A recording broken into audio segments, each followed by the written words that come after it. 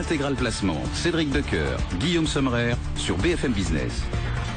Vous voulez tout savoir sur la retraite, Jean-Philippe Dubosc est là pour vous en parler. Bonjour Jean-Philippe. Rédacteur en chef de tout sur laretraite.com, ça pouvait pas mieux dire son nom.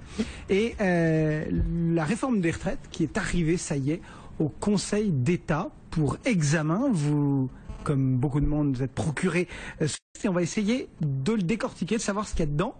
D'abord, le premier constat quand on parcourt le truc, c'est que les grandes lignes sont inchangées, elles. Alors les grandes lignes sont inchangées et alors ce qui est assez étonnant, c'est qu'en fait il est moins précis que ce qui avait été annoncé le 27 août. Bon, on a édulcoré parce que généralement c'est l'inverse.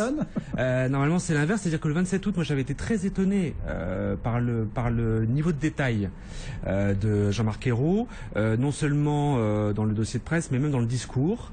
Il est allé très très loin dans les chiffres, les estimations. Et puis en fait on a, alors ce qu'il faut savoir, c'est que pour l'instant c'est la première mouture du projet de loi qui, comme vous l'avez dit, a été envoyé aux caisses de retraite et au Conseil d'État. Le Conseil d'État a 10 jours pour donner un avis, donc ça nous pousse au 15.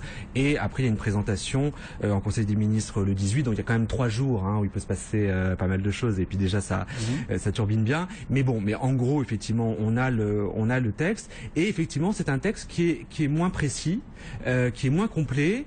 Moi ce qui m'a beaucoup étonné, c'est que il est vague et qu'il y a beaucoup de choses qui seront décidées par décret. Alors qu'encore une fois, le 27 août, on était allé loin. On pensait que ce serait dans la loi. Ouais. Quelles sont les grandes mesures phares du projet maintenant qu'on a au moins quelque chose qui, sans être gravé dans le marbre, et on vous a bien compris, est quand même tangible?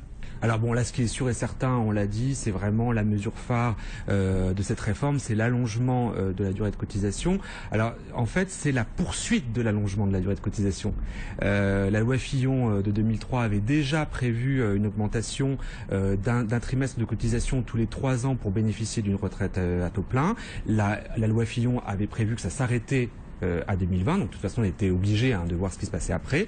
La réforme Ayrault poursuit simplement le même rythme, et donc ça c'est pas une surprise, et voilà, et donc on va passer à 172 trimestres en 2035, c'est-à-dire que à partir de la génération née en 1973, il faudra 172 trimestres pour avoir une retraite à taux plein au lieu de 166 actuellement. Donc ça c'est vraiment la grande mesure phare. L'autre mesure importante, c'est le gel des retraites de base, comme annoncé le 27 août et qui est confirmé dans le projet de loi. La revalorisation annuelle des retraites de base, au lieu de se faire le 1er avril, se fera désormais le 1er octobre, et cette mesure est effective dès 2014, ce qui veut dire que au lieu d'être revalorisé le 1er avril 2014, ça sera que pour le 1er avril, que pour le 1er octobre 2014, et donc ça fait 6 mois de gagné, 6 mois de perte de.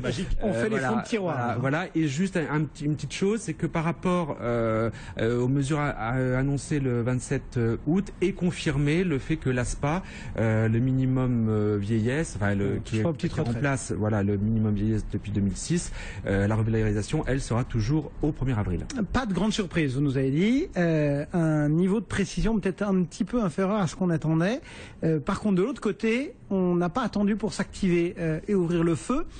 On a dans l'Hexagone le patronat et les syndicats qui déjà s'écharpent sur le mode de financement de cette réforme. Et puis, à Bruxelles, on nous dit que le scepticisme de la Commission va croissant.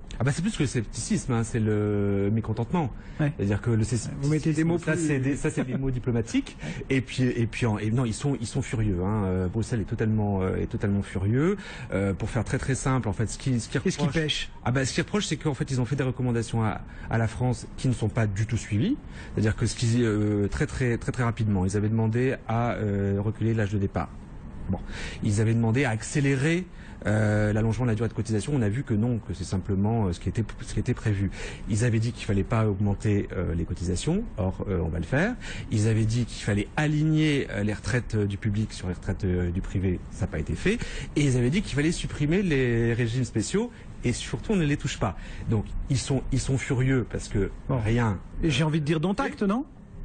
Alors, il y a aussi des inquiétudes, c'est-à-dire que ce qui les inquiète beaucoup, et beaucoup de gens sont inquiets également, c'est que effectivement le gouvernement dit mais en fait l'effort ne porte que sur 7,6 milliards d'euros, c'est-à-dire le déficit du régime général des salariés.